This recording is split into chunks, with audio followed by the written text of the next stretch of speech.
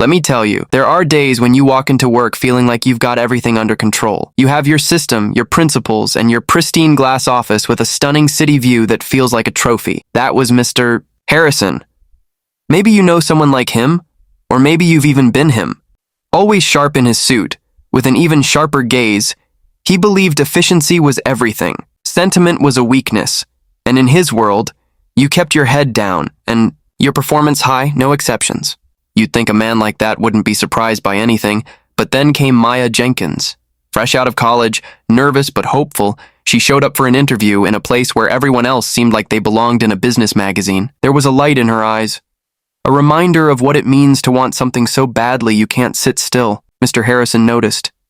He had an eye for talent and was always looking for that spark. Maya answered every question perfectly, like she'd practiced for this moment her whole life, and Harrison hired her immediately. No hesitation, just his usual cold, calculated confidence. In her first week, she was unstoppable, learning new systems like they were second nature, typing so fast that coworkers joked she might break the keyboard. She asked smart questions, stayed late, and worked hard enough to make even Mr. Harrison crack a rare smile behind his glass office walls. He was already thinking she was the real deal, maybe even his next protege, if she kept it up. But then something changed, slowly at first. A little distraction. Here, a distant look there.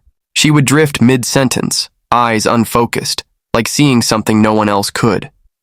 At first, Harrison told himself it was just new job nerves. Nerves were the enemy, and he had none. But then the doubts crept in and got worse. During a high-pressure client call, Maya blanked while taking notes, forcing a colleague to step in and cover for her. Harrison watched in his office, jaw clenched, the room feeling 10 degrees colder. Then came the whispers, co-workers noticing her mistakes, the slack she was leaving behind, and the mood growing sour. She was fumbling basics like emails and files, things she had mastered just a week before. It was like the light had gone out in her eyes, replaced by something heavy. Mr. Harrison's patience ran thin. He could feel his precious efficiency slipping, and that was unforgivable. So, he did what he always did. Called her in. In his cold glass office on a cold morning, he told her bluntly she wasn't focused, wasn't meeting expectations, and this job wasn't the right fit. No softness, no second chances. Maya just sat there, hands folded, not arguing or crying, just accepting it. For a moment, Harrison wondered why she didn't fight back, but the moment passed. The machine kept moving.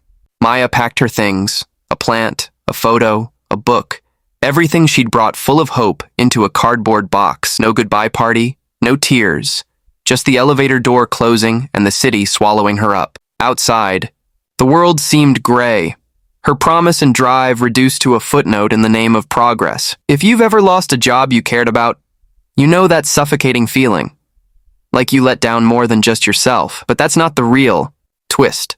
Not yet. The real story begins the next day. Harrison felt restless. The department was quieter without her, but it didn't feel right. He told himself it was just a hiccup, that things would run smoother, but the thought nagged him. Late afternoon, he stopped by her empty desk, maybe to reassure himself it was for the best, and found a small note under the keyboard. "Dearest Mom," it began, written carefully, the kind of handwriting you save for things that matter. He read a few lines, then more, and the mask cracked. Maya had been carrying a secret no one saw.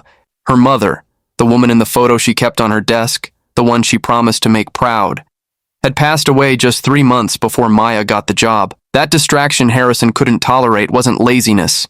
It was grief. A grief so deep it hijacked her focus, making every day feel like swimming through fog. Every minute in the office, she was fighting to hold herself together, to honor a promise to someone who wasn't there to see her succeed. That letter hit Harrison like a punch to the gut. Suddenly, all his talk of efficiency and logic seemed cruel and empty. He sat at her desk, reading the note over and over, feeling like maybe for the first time he really saw her, and the guilt came, alive and gnawing him through the night. The next morning, he had a new mission. Not to find a new hire, but to bring Maya back. He jumped through HR hoops, ignored the rules, and called her. Nervous, something completely foreign to him, he admitted everything. The note, his mistake, his blindness. "I judged you. I'm sorry. Please come back. Let me make this right." For a long time, she didn't respond. Maybe she was shocked, maybe she couldn't believe it, but eventually she agreed to meet. And just like that, a new page turned. Not just for Maya, but for Mr. Harrison too. Her return was quiet, but different. Harrison told the team there'd been a misunderstanding and made it clear she was valued. He even introduced new protocols. Nothing fancy, just a genuine effort to check in, to see the person behind the work. Maya, now truly seen, found her footing. The grief was still there, but she had space to breathe, to heal, and that focus Harrison once demanded could finally grow in a new way. Maya's determination returned with a fierce roar, driving her to become one of the strongest members of the team, the kind of person everyone turns to when things get tough. Mr. Harrison watched her closely now, truly seeing the strength she carried. He noticed how she bounced back from setbacks and honored her mother's memory, not with words but through quiet, relentless effort. This change wasn't just in Maya.